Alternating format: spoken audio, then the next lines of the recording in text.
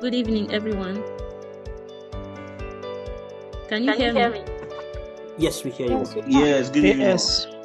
Good Can hear evening. you. Okay, it's nice to be here, and thank you, Reverend Kings and the Pedia team for this opportunity. I'm truly grateful. And I'm the first in the academic mentorship program. Well, it's not easy to be a trailblazer. Okay, I'll be talking about cybersecurity awareness, social engineering, and phishing. That's like the whole topic itself is cybersecurity, and then we go down to social engineering, and then we go down to phishing. Sorry, I would like to apologize. First of all, this was supposed to be in form of an academic essay. So I'd like to apologize to those who expected this to be in the form of a standard colloquium. But I hope if I'm given the chance next time, the second opportunity, I would like to do that in that format. But for now, I hope you will learn one or two things from what our presentation we have today. It's well packaged. I'll just go ahead to share my screen so that we can start. Okay, thank you. So as our topic says, cybersecurity awareness, social engineering, and phishing. I would love this to be a bit interactive. If you have if you're familiar with the term cybersecurity, probably you can just raise your hand so that I'll know that I'm not alone here. We have several people who are familiar with this concept.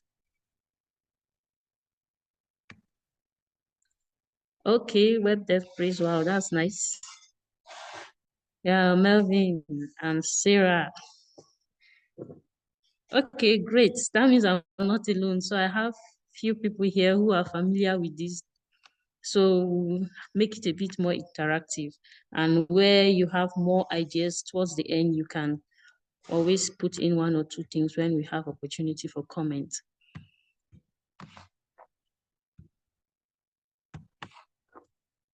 Now, why do we have this awareness in the first place? Recently, October, we held the National Cybersecurity Awareness Month. In fact, it was a worldwide event, and it was all about giving cybersecurity awareness. So why is it even important for us to have cybersecurity awareness? The first point here is it raises overall awareness about the threats posted by phishing, vishing, smishing, and other social engineering tactics. Now, in time during the presentation, you get to understand what phishing, vishing, and smishing means.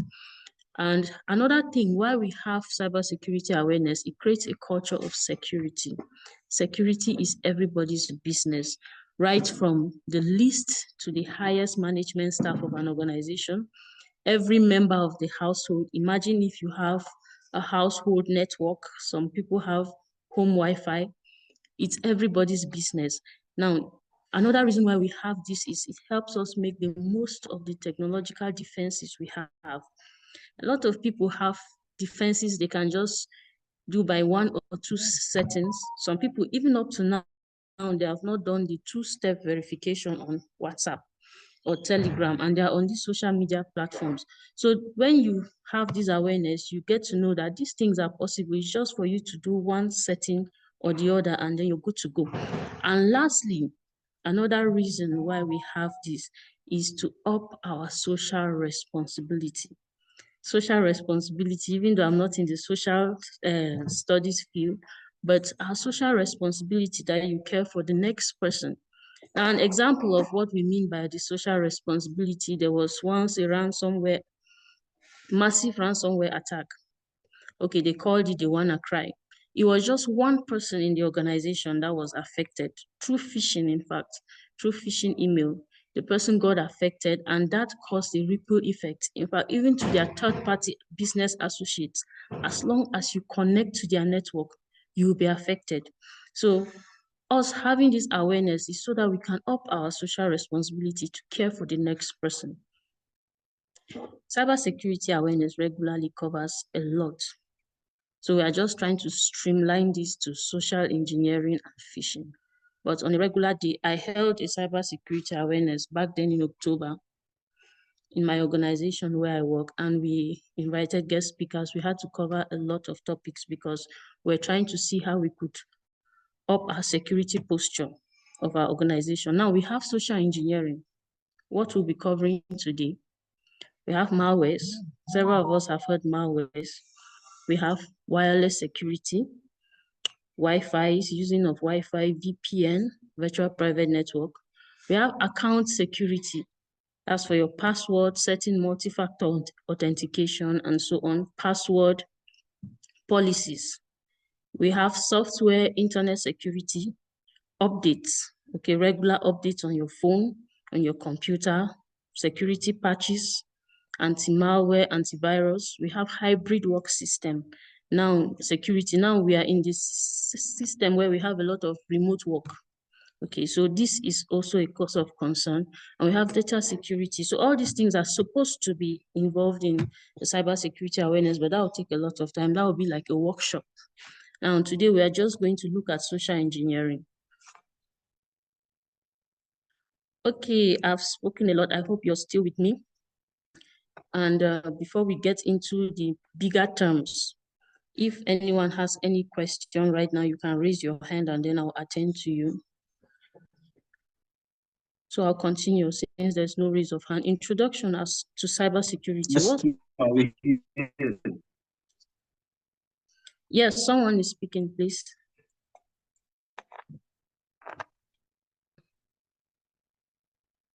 Okay, let me continue. What is cybersecurity? I like this definition. It says cybersecurity is the protection of information wherever it may be through the application of good security practices. Now, someone might say wherever it may be. Now, the information might not necessarily be on the web. It might be on your laptop. The fact that that information is on your laptop can pose a cybersecurity threat. So that's why we said the protection of information wherever it may be. Sometimes some people have login details scribbled on a sheet of paper and posted by their tables or in their books carelessly. That information is not necessarily online, but it's a threat to cybersecurity. Now, another definition is cybersecurity is the protection of confidentiality, integrity, availability of information, whether it's in transmission, whether you're transferring the data, whether it's processing, or whether it's stored. So we have data at rest, data in motion, and we also have data in use. So through the application of policy, now we can see training stroke awareness. That's what we are doing here, and technology. Now, someone once said that organizations invest largely in their security, but as a consumer, you are your own last line of security, defense, or your greatest vulnerability. That means when you are a consumer, you are not part of maybe a major organization that have put policies in place to protect you. Now you are supposed to protect yourself. That's why we want you to be aware of some of these things so that you can also take steps to protect yourself. Some common terms we'll be looking at, we might hear them during the presentation. We have vulnerability, as potential weakness in a system or a process. Threat, a malicious act that seeks to steal data or disrupt digital life. And we have exploit, program written to take advantage of a known vulnerability. And then the attack, the act of using an exploitation on a known vulnerability. Now, let me just paint a picture of what we have said here. Vulnerability, we said potential weakness in the system. Let me say, for example, you work in an office and you are used to writing your passwords on maybe sticky notes and pasting them by your wall. Okay, that's already a vulnerability. That's potential weakness. Now, threat is a malicious act that seeks to steal data or something. Now, a malicious act, let's say a threat might be a co-worker who has a malicious intent. Now, first of all, the co-worker just exists on his own, who has a malicious intent.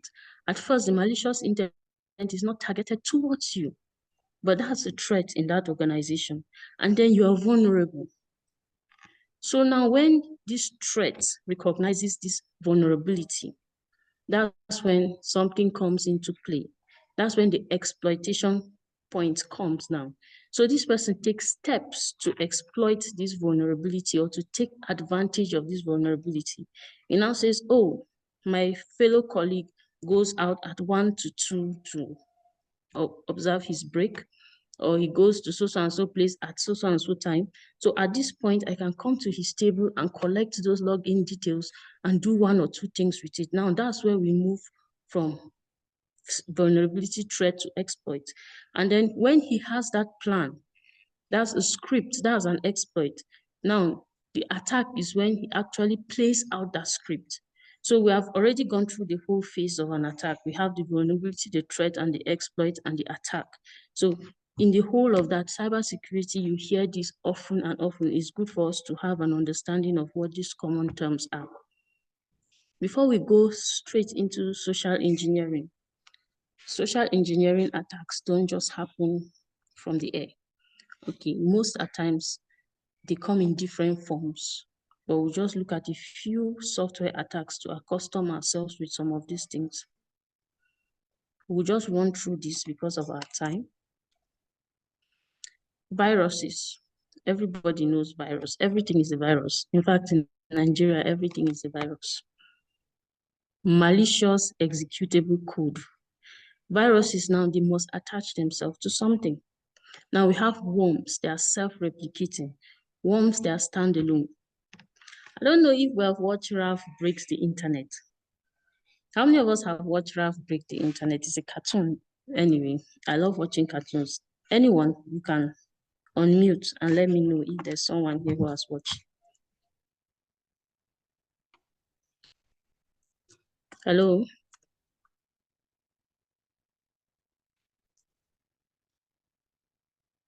Hello, can we unmute and comment? Have anyone here watched Ralph Break the Internet? I want to bring a point from that movie. Okay, that means none of us have watched it. Ralph Breaks the Internet is a cartoon of a worm that invaded the internet. Now the worm self-replicating, it doesn't need any application or it doesn't need any program to replicate itself. Once it finds itself in a network, it just looks for any vulnerable node and it moves through. Okay, so if one person in a network has a worm, as long as the other second person doesn't have standard security principles on his system or controls, it will be affected with the worm. It just moves on its own without any program. Trojans, a legitimate software that has malicious intent. It might be a free app. Okay, it looks legitimate, but there's something hidden at the back. We know the story of the Trojans. That's where the name comes from. Keyloggers. Keyloggers, they record keystrokes. Okay, it is installed on your system. Through phishing and other attempts, as we'll be talking later, they record keystrokes. So when you're typing, you type your email, someone somewhere is already getting it in form of a text. You type A, he's reading it, you type B. When you finish typing your email, you type your password, and it also reads. So whoever is there is reading everything you type on your system or on your phone. That's what keyloggers do. Now, ransomware encrypts your data and asks for a ransom. Spyware, it's being installed in your system and it spy on your browsing habits, spy on your cookies, session data, and all those things. Adware, pop-ups. Most of the times, a lot of people don't like using Chrome. Myself, sometimes I don't like using Chrome because once you're on a page, you just see pop-ups appearing. Adware, that's what they call adware. And some of them can be catchy. And once you click on it, it takes you somewhere else. Now, scareware. Scareware is a cyber attack tactic. It scares you. Its aim is to frighten you to make a decision. That's what scareware is all about. Now, before I continue, I'd like to ask if there's any question thus far before we go deep into social engineering. Anything you need clarity on? Yeah, there is a question on the chat. Okay. On the chat.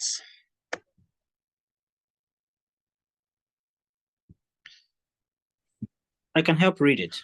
Okay. Do you hear me? Yes, someone said, Sarah Bauer, can gadgets spam and speakers or mics be a vulnerability? Yes, the camera can be a vulnerability. Now, there are some applications that ask you to give permissions to your camera.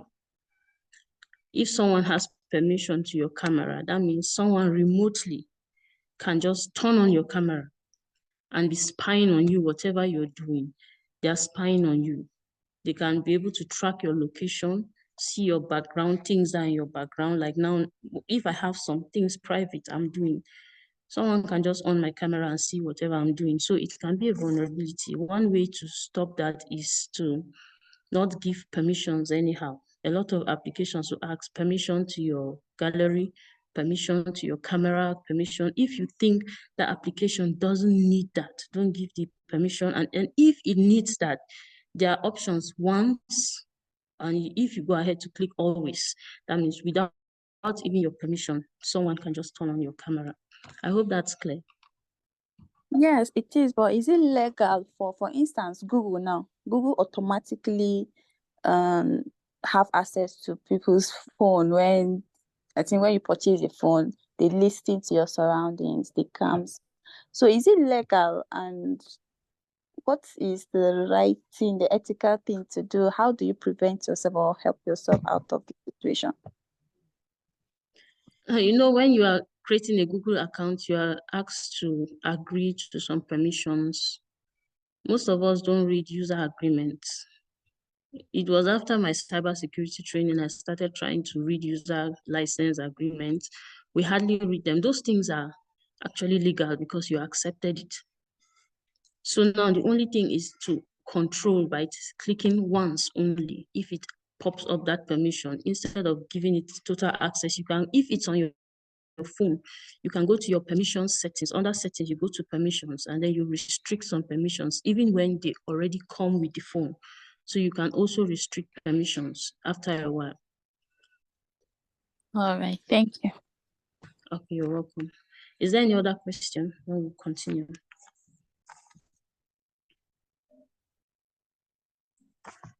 Okay, if there's no question, let's go ahead to social engineering. Wait, one other question. Okay, so on our browser, can we say it's better to use the private mode, that is incognito mode, at all times if you are browsing?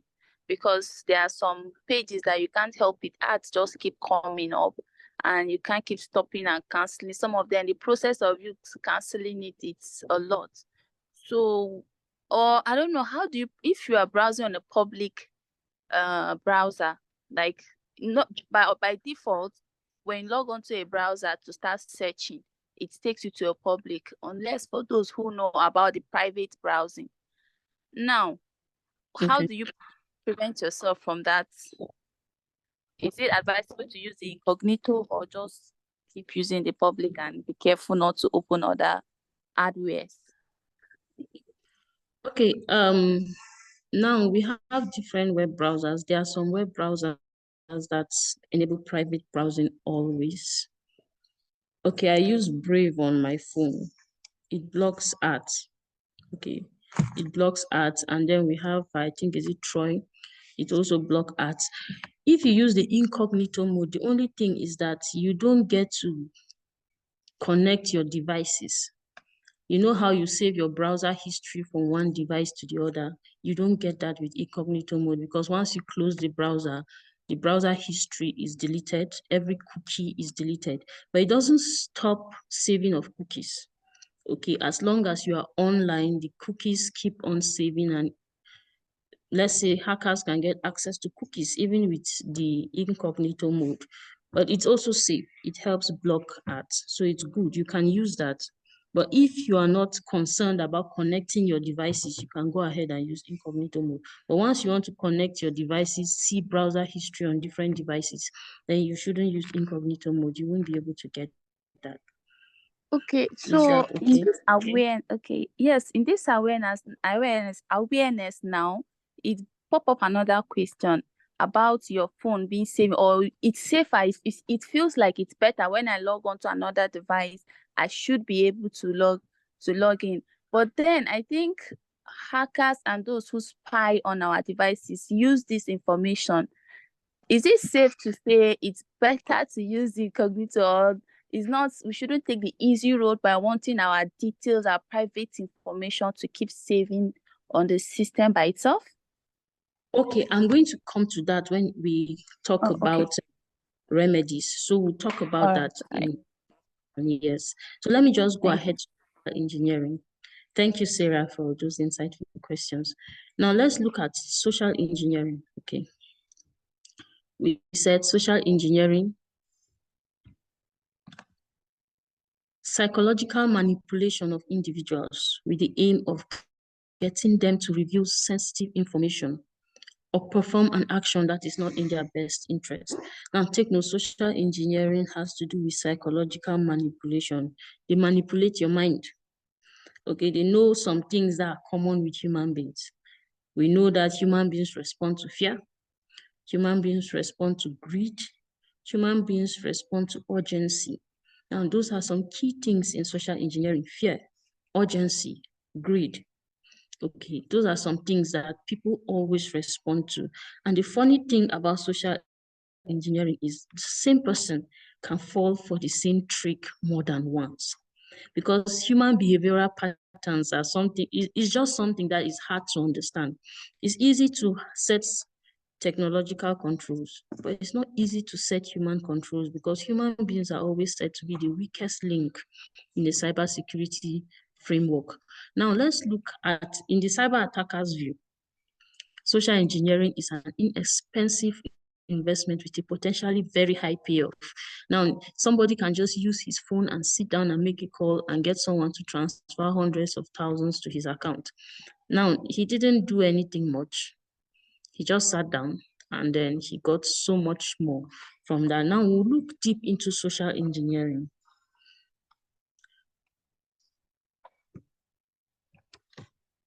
Okay. Common social engineering tactics. Today we are focusing on phishing, vishing, and smishing. But we'll just look at some other tactics that are evolving in the social engineering landscape. Let's look at phishing, vishing, and smishing. We won't talk much about that because we'll talk about it later.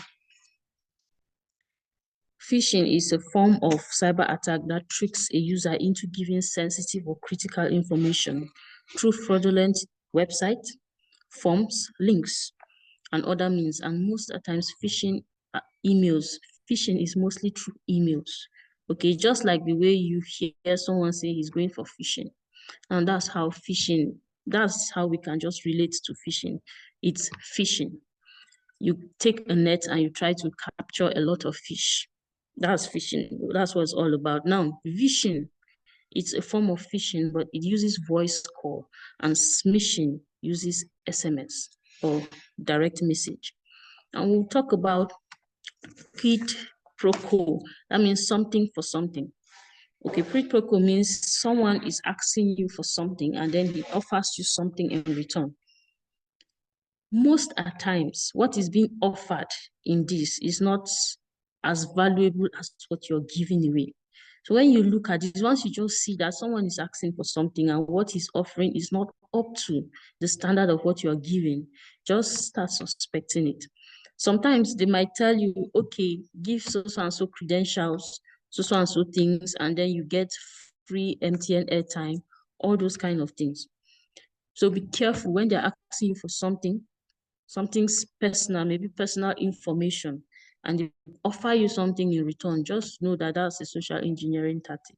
Let's look at pretexting. Pretexting is common, or sorry, baiting. Yes, baiting. Baiting, we know what baiting means, right? You drop something and you just bait or try to trigger someone to respond to something. That's what baiting is all about. Now, baiting, mostly we use baiting in form of adwares. We talked about pop-up ads. Someone will just, oh, there's something, jobs in Canada. Okay, and then a lot of people are struggling with the unemployment in Nigeria and they'll click on that link to find jobs in Canada. Now, that post of jobs in Canada could serve as a bait. And once you click on it, it takes you to a phishing website. You fill a phishing form. They collect personal information from you, which can be used for other forms of cyber attacks. Now, pretexting. Pretexting is human equivalent of phishing, where someone impersonates an authority figure or a trusted individual in an attempt to gain access to your login details or personal information. Now, there was a recent case of pretexting that someone came and pretended that he was a NEPA staff. Okay, he went to read meter number or something, and then he wanted to get access into the people's house to steal from them. And they were fortunate, they were able to raise alarm. But that's a case of pretexting. It's not always, let's say, it's not always on digital devices. Pretexting can be in human form, as we said. Some other adverse forms of pretexting, we have social media account hijacking. I know several people have had cases. In fact, I was a victim. My first Facebook account was hijacked. Since after that, I opened another Facebook account and I've not been active on Facebook since then.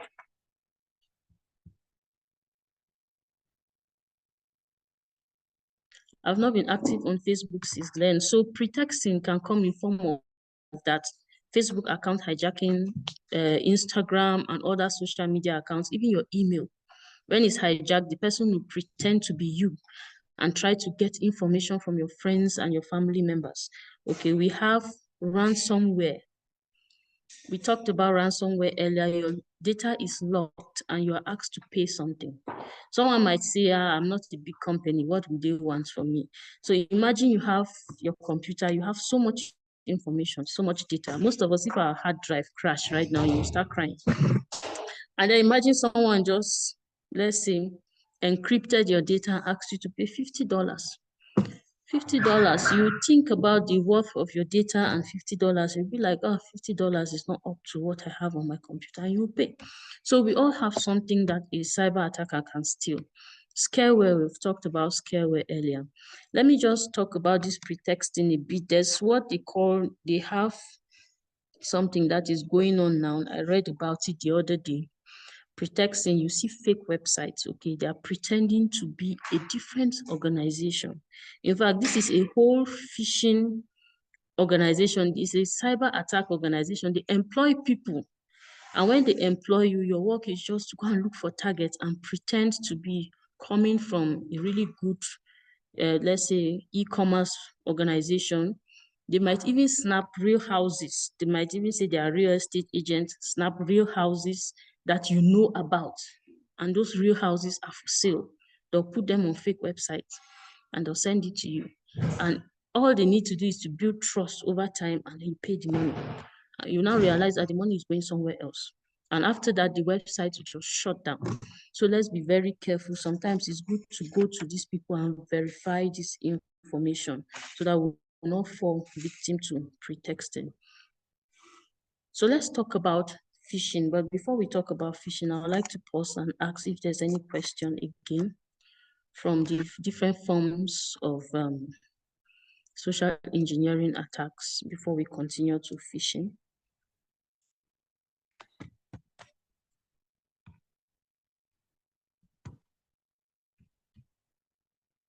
Oh, Melvin has been attacked by ransomware before. Melvin, did you pay? Or you gave up on your data? I gave up. You paid? I didn't. I gave up. Oh, you gave up. That means your data was not valuable. Okay, that's interesting. At least we have seen someone who has been attacked by ransomware. Okay, if there's no question, I would just like to continue from here. I remember there was this write-up I read about the first company that produced electric vehicles. They stole their blueprint and the design from another company through a phishing attack. Okay, through a phishing attack, one of the top engineers was followed and they got access to his computer by tracking his movement and his activities. And that's how they were able to put in a virus on his system. When he went in, they installed a bot it was able to execute some files and encrypted everything. And they asked for ransom.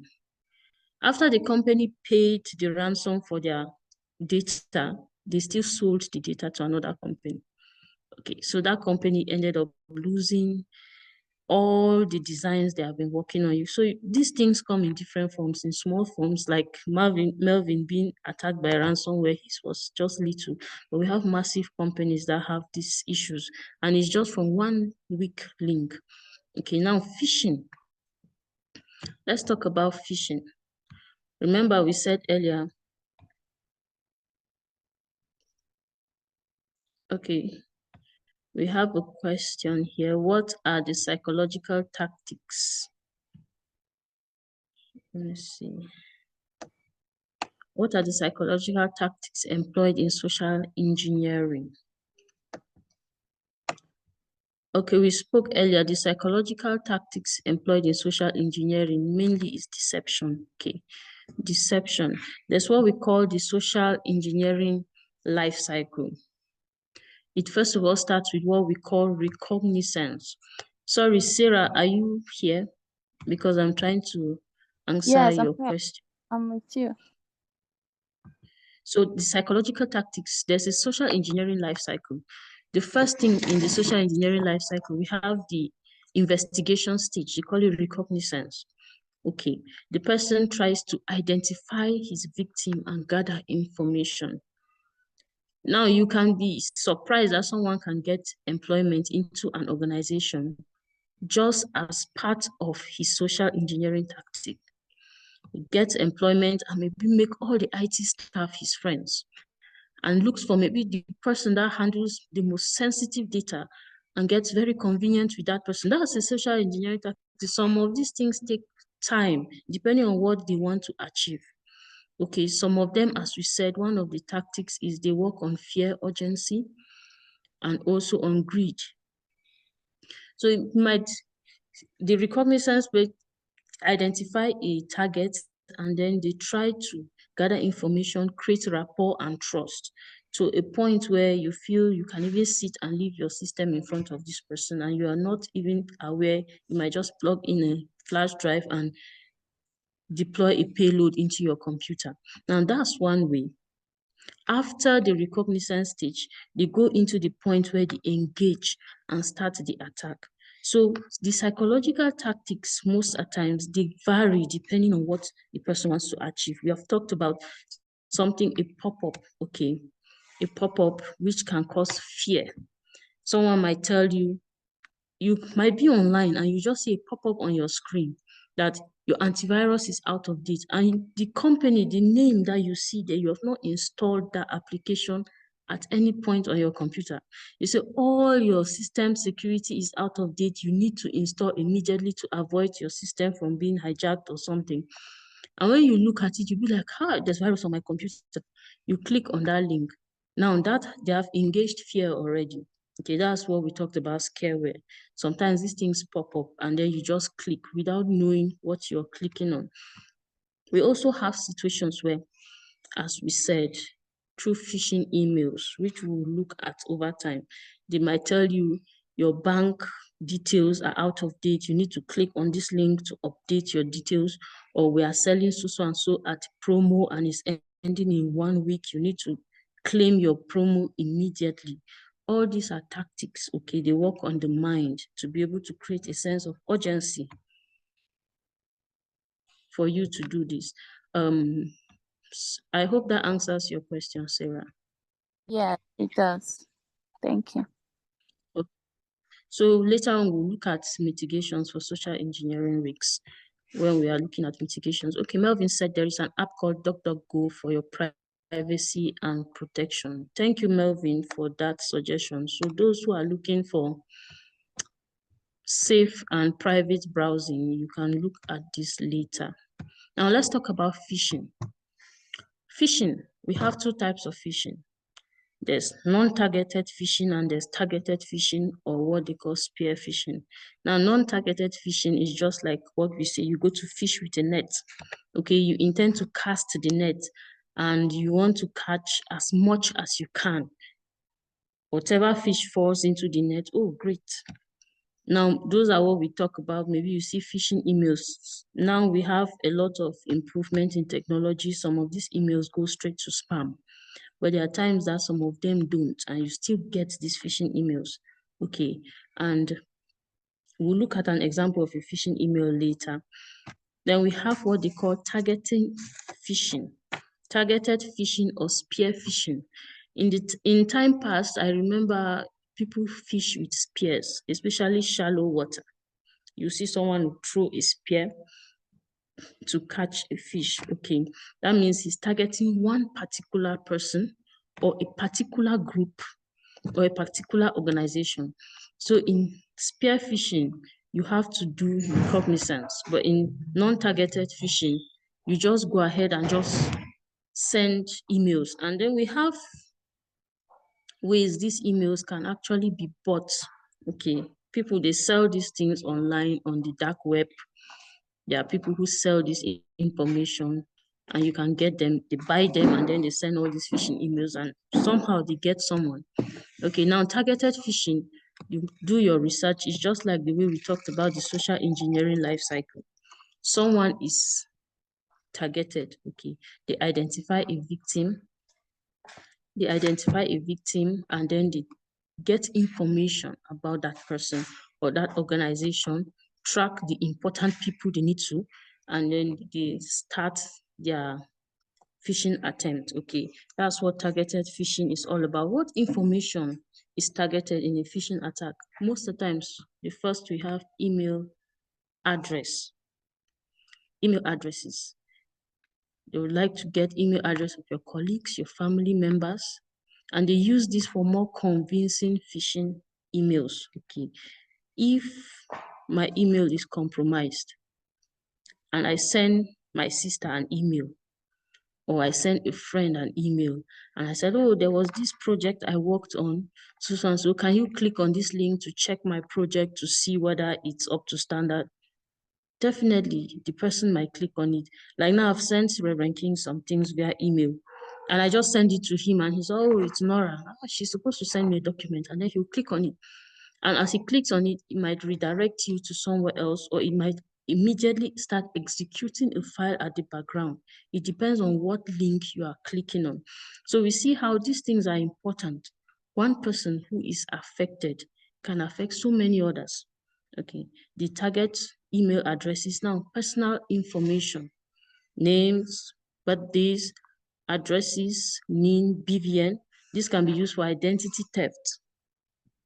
Recently, someone got an email that, was it an email, a text message that he borrowed money. They used his BVN in all these online credit apps and borrowed money. And his whole banking information was sent. You know, once you have your BVN, now these things are very important. If you have any form asking for your BVN or your NIN, you should be very careful because those things can easily be used for identity theft. Most of the times when we go for anything federal, they ask for your NIN. So you should know why it's connected, and your BVN is connected to all your bank accounts. So if someone has your BVN, there's so much you can do with your BVN. So let's be careful with giving out those kind of personal information. Okay, those are the informations that are termed, that's the information that is termed private. Your address, your date of birth. When we are setting security questions, you see your date of birth is one of them because it's one of the, let's say, primary identity that we use, especially when I was working on database. Okay, we use the name, the date of birth sometimes to identify someone. So if someone has your name, your date of birth, your address, it can impersonate you at any time. Now, another thing that is targeted in phishing is confidential company information. If you are working with an organization, okay, like the one I spoke about, the company that were trying to produce electric vehicles, they want to get confidential intellectual property from your organization. And it can be sold to a competing organization. So all those things are important. Financial data, your BVN, credit card numbers, all those, let's say, phishing phishing calls, attacks we get. Someone will call you and say, I'm so and so person. Someone called me recently like that. I'm so and so person from your bank. And you know, the funny thing is they know the name of your bank. Some of them even know your account number and your date of birth. I don't know, has anyone experienced such a thing? Yes, countless times. They won't tell you your And account balance. exactly, they know everything. And all they need is just for you to activate, send them the OTP. That is all. Now imagine if this person have all this detail and then he installed a keylogger on your phone. If you installed a keylogger on your phone, once the OTP comes, you don't even need to tell them. Okay, you don't even need to tell them. It will automatically read the information and you just see money moving from your account without you doing anything. The person just needs to have this information. Now we have cases. Example, let me just mention this. Someone mentioned that there's this checkbox, especially those of us that do Alibaba, you purchase online, that there's this checkbox that is automatically checked to save your credit card detail on Alibaba. That once you are purchasing, you should go and uncheck that box. Because once you save your credit card details, a third-party organization already has your credit card details saved. So they can just enable any transaction at any time. So let's be careful with giving out such information. Tax information, even though, yes, tax information, that's also very important. Attackers are looking for such things so that they could scam us. Now I have some questions here before I go ahead. I have about justice. Looking at how the world advances technology, don't you think cybercrime will be on the increase? Definitely. Because people will still come up with new strategies or methods to deploy crimes. In fact, it's not even people coming out with new strategies.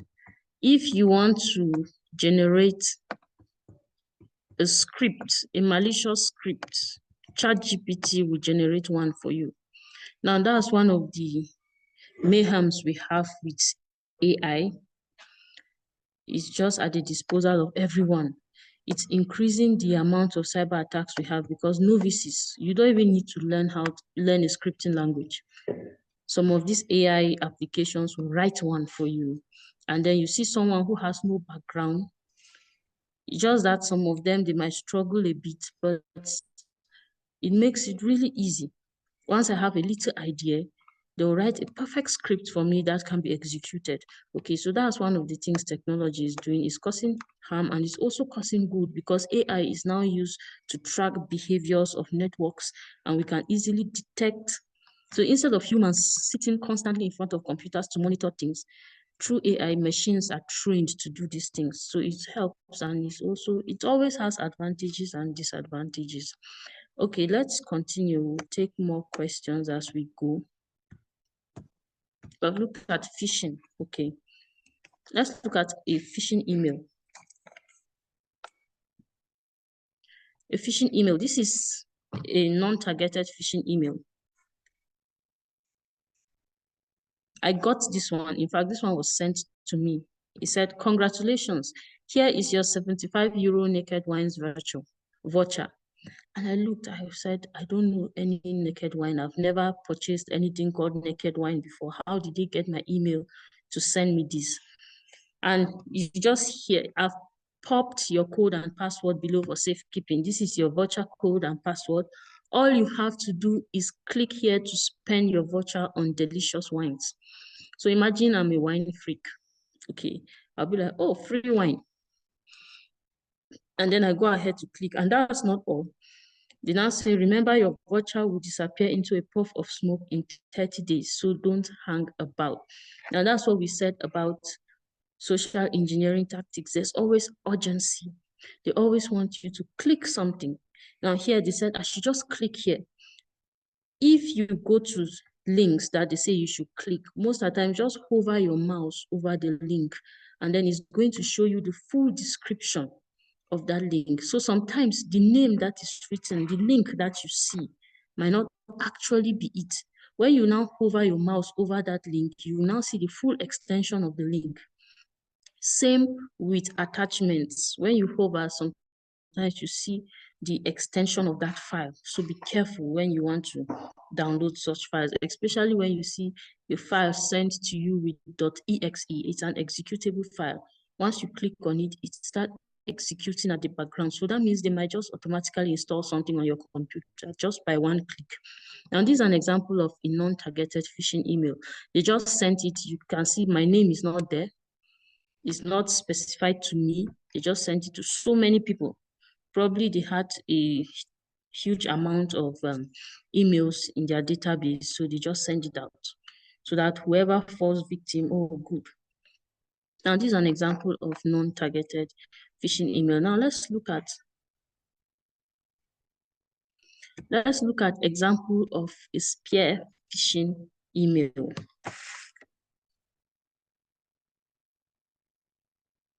Urgent system update. Now you can see the word urgent, right? We just know that this thing is really urgent right now. We need to consider it. Once you see the heading, you just know that there's something wrong. Now, good morning, Mike. You can see the person's name is mentioned. Good morning, Mike. This is George from IT Services. Has everything in HR today. We are currently undertaking an organizational-wide system maintenance, and it is the turn of your PC. But I need to make a few changes from your account before I can do that. Can you send me your account login details? I have so much work down here and I don't have time to walk 5 floors to your office. So I was hoping to use the remote desktop connection to do the updates real quick. Best regards, George Abraham, Help Desk Associate, Department of IT Services. Now, if you see this email, who won't believe it is from the Department of IT Services? The attacker has done his homework. He has gotten the name of the person in HR. Okay, he knows that this guy works in HR. He has even gone as far as getting the amount of floors, the distance from his office to the HR. So you know that, oh, this person is part of the organization, so you can trust him. And he signed it with his name. And you already know George, who is part of the IT services, and you trust George. So you just immediately send your information to George. This is example of a spear phishing. It looks real and it looks trustworthy. That is so difficult for you to suspect that this person is trying to scam me. Okay, there was a recent case of MGM Resorts in the US. I think it's one of the largest resorts in Las Vegas. They were attacked recently by a phishing call. Someone called HR and posed to be from the IT department and asked for login details. And the person at the help desk gave the person the login details. And that was how they carried out a massive attack on that resort. The resort had to be shut down for days. They lost billions of dollars just from trusting that he was sure that person was from IT. So spear phishing, as we said, is targeted. They have done their homework. They have found out all the details they need to find out, and then they carry out their attack. Okay, I have some comments here.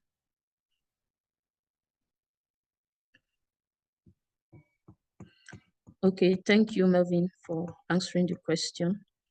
I'm grateful. Okay.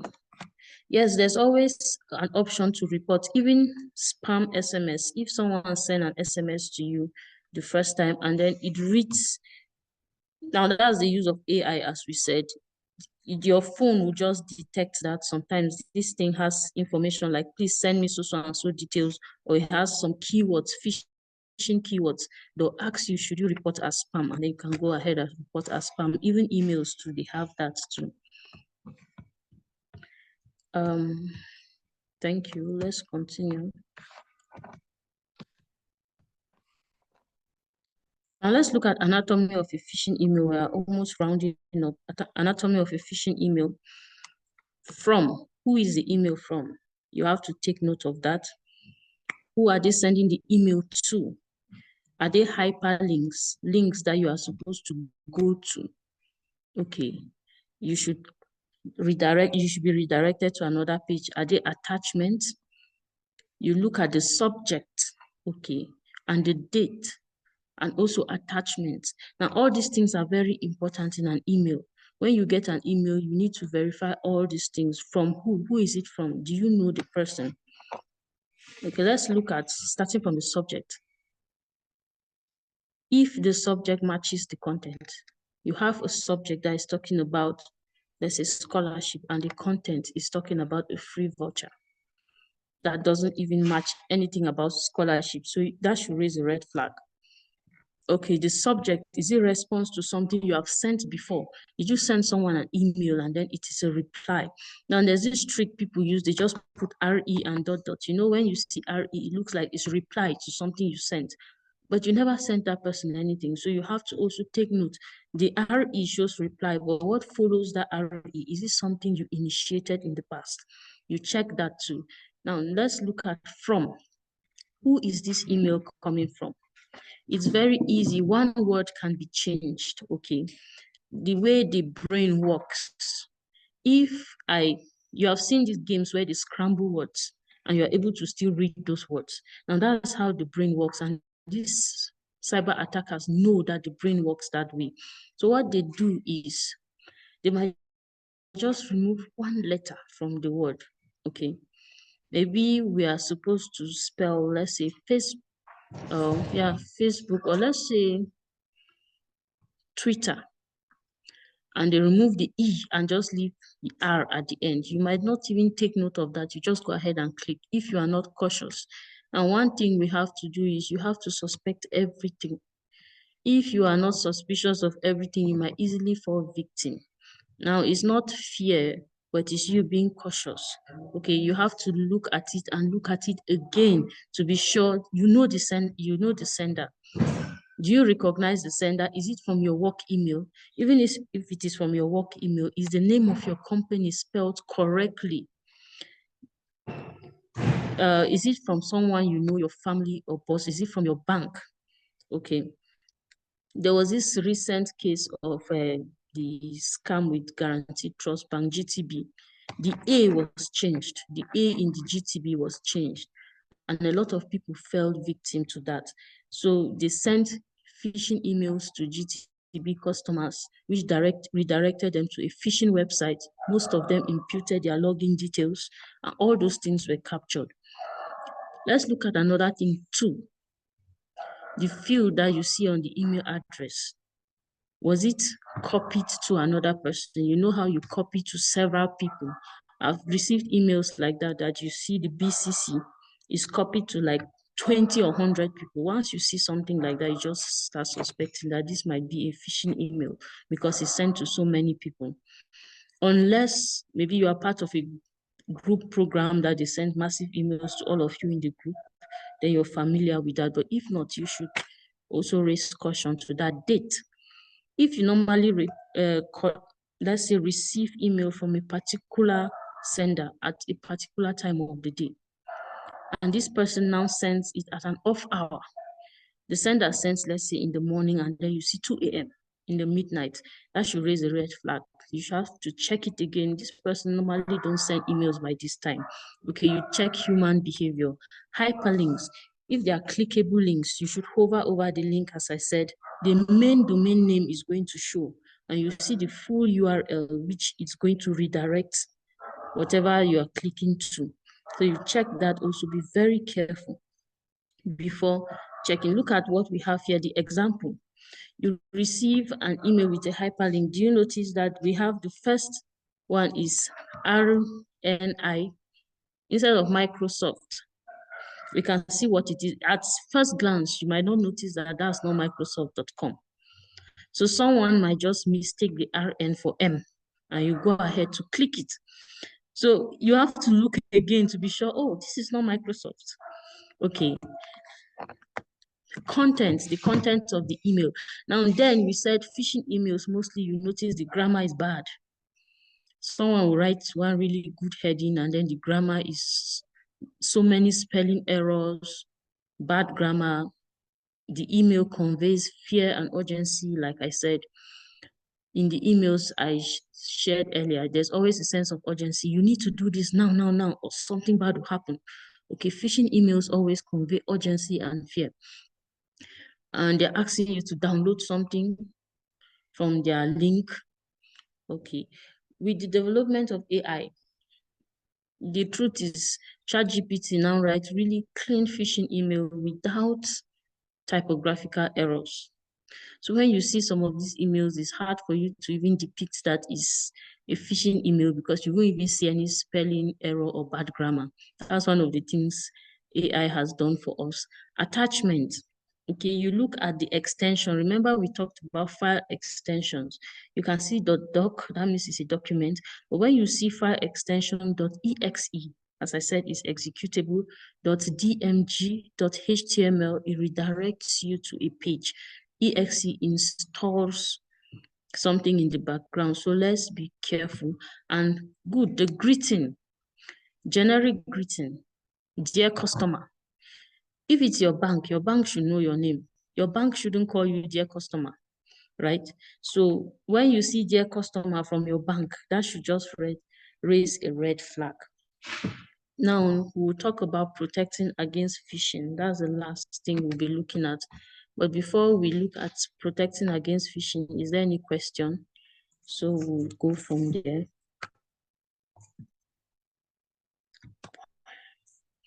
Okay, now protecting against phishing. One, be cautious. We said we should be cautious of clicking links. Any link you see, we showed that with the Microsoft example. Who can detect the difference between the links we have here, the facebook.com? You can just unmute and tell us. The book has 1 0, the other one is 2. Yes, at first glance, you might not even notice it if you are not paying attention. I think the Microsoft example made us aware and we're paying attention to detail. Now, if you're not paying, when I saw this the first time, I didn't see any difference. I was like, all of them is Facebook now. All of them is Facebook. And then I looked again. That's when I saw that one O was missing in the second one. If you are not cautious, now that's the point of the awareness. It should raise caution in our mind that when you see something, you should look at it twice so that we will not have a situation. The more you see, the less you understand. Okay, so we look at it twice and then we can see the difference. Be cautious about downloading attachments in email. Remember, we said we should always check, okay, we should check the extension. And also, you can ask the person, if you are in doubt, that so and so person actually sent you an email with a clickable link or an extension. You can call the person. Did you send me an email? There are several means of communicating. You can send the person a WhatsApp message, a call. Did you send this? And if the person confirms he's the one, you can go ahead. But if the person denies, then that's a red flag. Beware of urgent requests. We have mentioned this again and again. Let's beware of urgent requests. They are telling you, promising you plenty things. Okay, let's watch out for messages that are offering a price. Now, remember, there are these cases where you see this MTN, some people just broadcast it. I fell victim to that once. They'll say, share this to 100 contacts, and then you get 10 gig. I don't know if anyone have been a victim of that. And then you go ahead sharing it to all your WhatsApp contacts. Okay. And you finish sharing it to them and you don't know what you're sharing, whether you're sharing a phishing link to them. So let's be careful when sharing things. When in doubt, as we said, always contact the sender. Use two-factor authentication. Like on our WhatsApp, if you go to setting, you have security setting, you can enable two-factor authentication. You can enable two-factor authentication on your Gmail, your email accounts, and other accounts. Most websites, most accounts, most platforms now have two-factor authentication. What's two-factor authentication? That means we don't use just one form. It's either a password and something else, okay? A password and an access code, maybe sent to your email or to your phone through text message. All those things, enable them is very good. If someone has your password, he might not have access to your phone at the same time. Now, keep devices and software up to date. A lot of us, when we see update software patch on our phone, update Android version, update this, we just ignore it.